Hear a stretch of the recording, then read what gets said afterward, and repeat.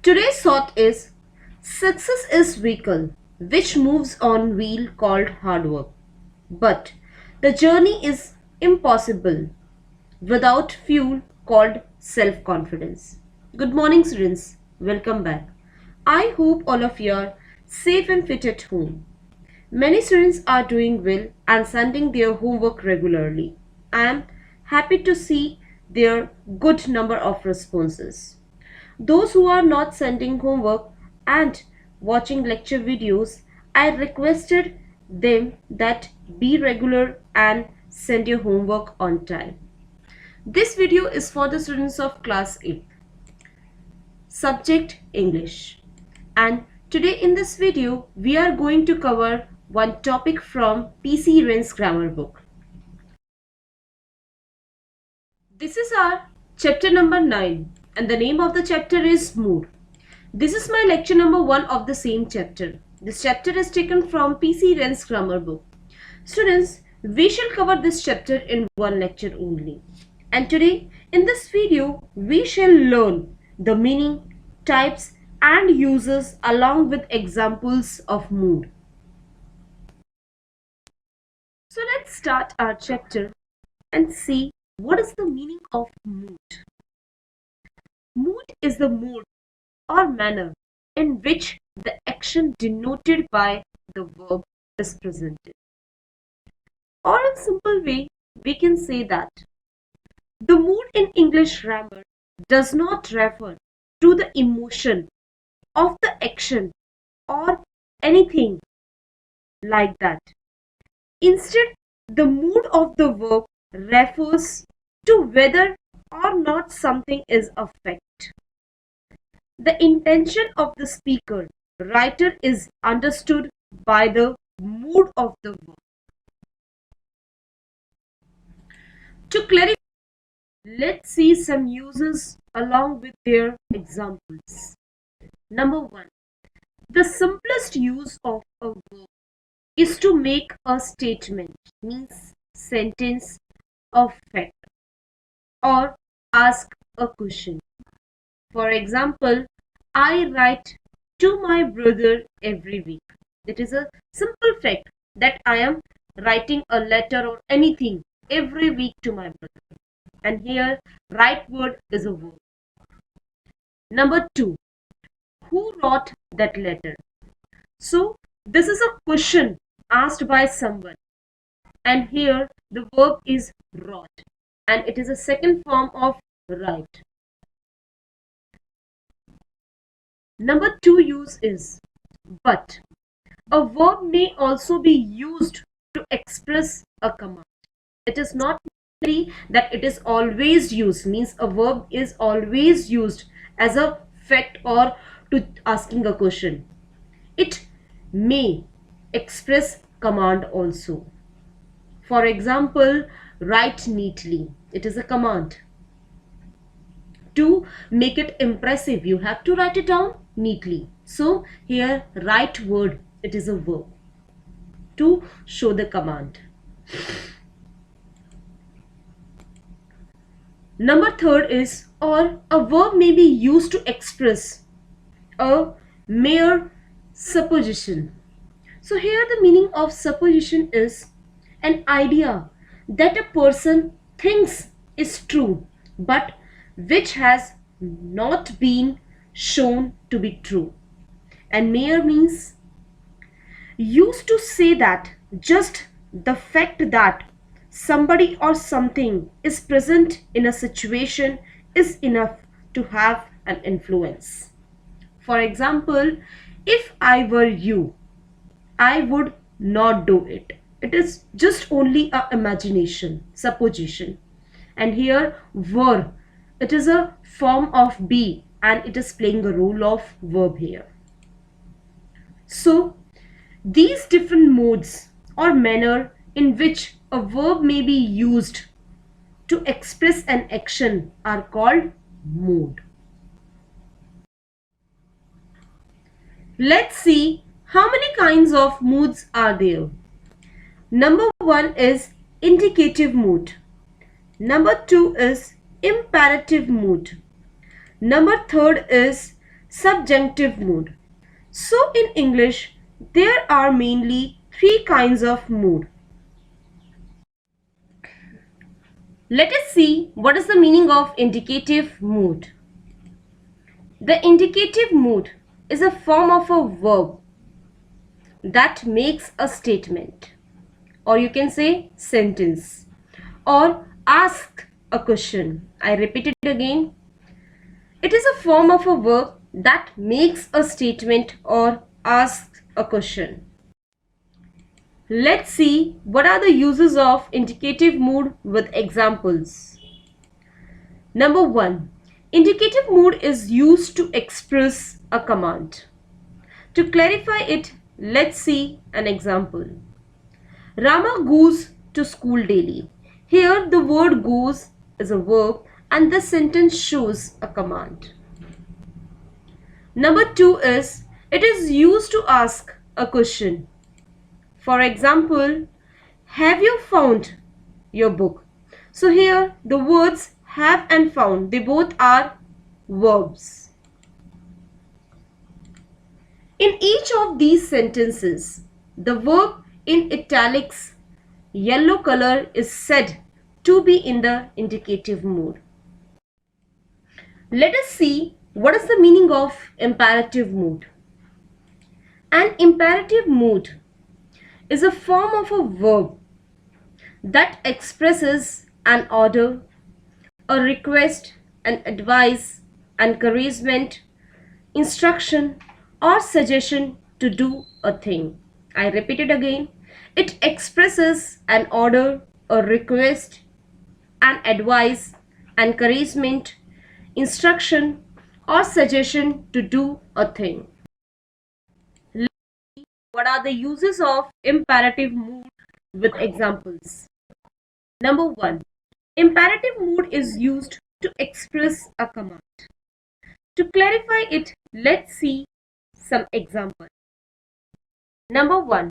Wait there. So here the word wait is verb and the sentence shows a command. Obey the traffic rules.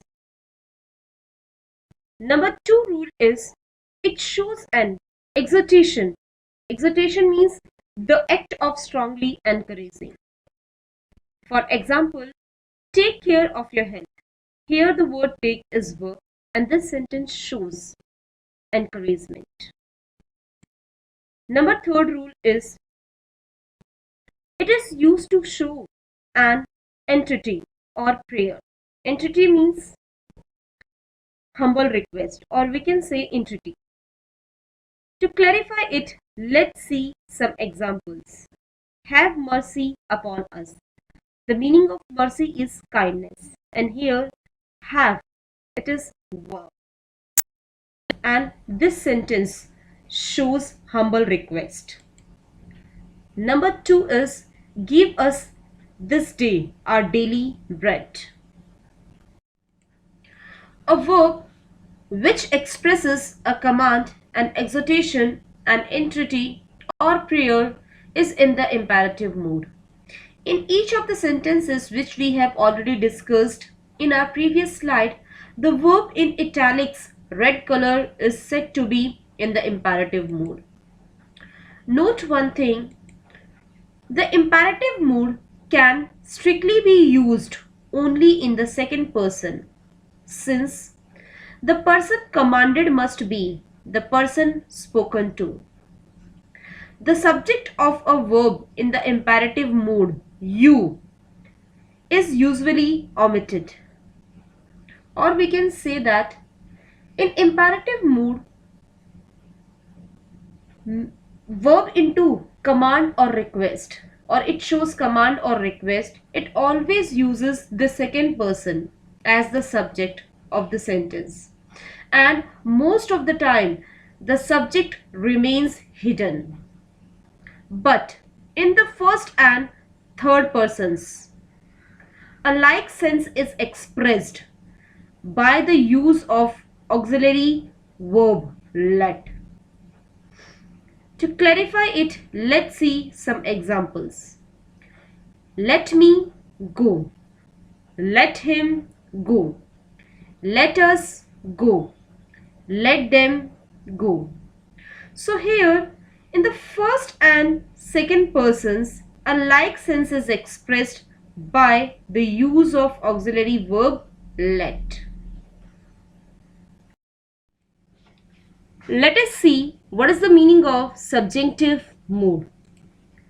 Subjunctive mood is a form of a verb which expresses doubt of any kind, for instance, a condition or supposition contrary to fact, a wish, a purpose, a demand, or a suggestion.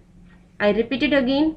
It expresses, for instance, a condition or supposition contrary fact, a wish, purpose, demand, or suggestion. Let's see the uses of subjunctive mood with examples. Number 1 is subjunctive mood is used to express a wish or desire. To clarify it, let's see some examples. Long live the president. So here this sentence shows a wish, and here live is verb. Number 2 is God bless you. It also shows wish, and here bless word, it is a verb. Number 3, I wish Sita were here. So here the word were is verb and it shows desire. Number 2 is it is used to express a condition or supposition contrary to fact. Here the meaning of condition means the statement that something or somebody is in.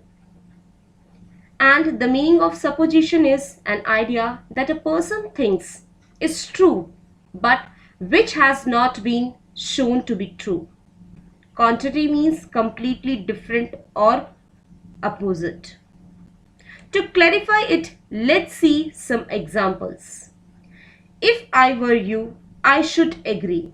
It shows supposition, means if I were you, but I am not, I should agree. Number 2 is if I were king, you should be queen. So here it is also showing supposition, or you can say condition. Number 3 is if he were here, he would support me. It shows condition. So in each of these sentences, the verb in italics green color, that is were, is said to be in the subjunctive mood. There are few exceptions where subjunctive case is totally different from indicative case. So let's see what are those exceptions. Subjunctive mood is almost the opposite of the indicative mood, or we can say it is totally different from indicative mood. This mood usually mixes the tense of the verbs. I repeat it again. This mood usually mixes the tense of the verbs and does not follow the common use of the tense Subjunctive has some different structures from the other structures of the sentences. In form, the subjunctive differs from the indicative in the following ways. Means, in the form of the verb, the subjunctive mood is totally different from the indicative mood in the following ways. Let's see how. Number 1. In the case of the verb be, the subjunctive has distinct means completely different forms for the present tense and past tense. With the help of a table along with the examples, let's clarify the first case. In the present tense indicative mood, I am word is used. It is a verb and according to subject it is changed. But as you can see in the subjective mood, IB is used. It is not changed according to the subject. As same as in the past tense also. You can see in the indicative mood, I was. And in the subjunctive mood, I were. So in the subjunctive mood, the tense form is not changed. It is remain same. Let's see more examples. He is. He be. In the past tense, he was. He were. In the present tense, we are. We be.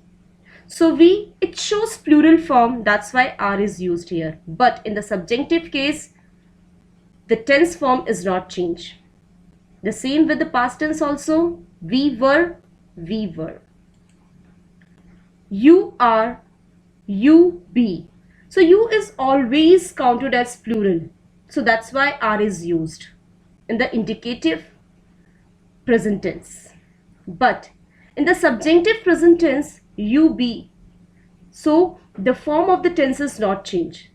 The same is with the past tense also. In the indicative case, you were, and in the subjunctive case, you were. They are, they be. In the past case, they were, they were. So you can see the table. In the indicative mood, all the form of the verbs are changed according to the subject. But in the subjunctive case, whether it is present tense or whether it is past tense, the verbs are remain same. In the present tense, be form is there, and in the past tense, were form is there. So that's why it is totally different. Means subjunctive mood is totally different from the indicative mood. Note one thing. Of these subjunctive forms of the verb be, there are only two forms of the past tense which are now in general use. The first person singular and third person singular. I repeat it again. Of these subjunctive forms of the verb be, there are only two forms of the past tense which are now in general use. That is the first person singular and third person singular. To clarify it, let's see some examples. If I were you, I would not go. So here, were, it is a verb and it is used with first person. Number 2, if he were here, he would go with us. So again, were is here verb and it is not changed according to the subject, and it is used with third person singular he. Second case is, in other verbs, the subjunctive has the same form as the indicative, except in the third person singular number of the present tense. I repeat it again. In the other verbs or in other verbs, the subjunctive has the same form as the indicative mood, except in the third person singular, that is he, she, it, numbers of the present tense. Because with the third person singular in the present tense, we add s or es. Let's see with the help of the table how it is different. In the indicative present simple tense, he speaks means here speaks word is a verb and it is changed according to the subject he. That's why we have add s or es, because according to rule we add s or es with he, she, it, that is third person singular in the present simple tense. But in the subjunctive case, we have not added s or es with the verb. Here it is simple first form of the verb. As you can see, he, speak. That's why in the case of third person singular number of the present tense, subjunctive case is totally different from indicative case. That's it. Students, you have to do your homework on the basis of the topic explained by me. And your homework is revise chapter 9, that is mood, from the book or video, and based on the understanding of the topic, do exercise mentioned in the PC Ren's grammar book as. Page number 50, exercise number 1. Students, you have to do this exercise in the book only.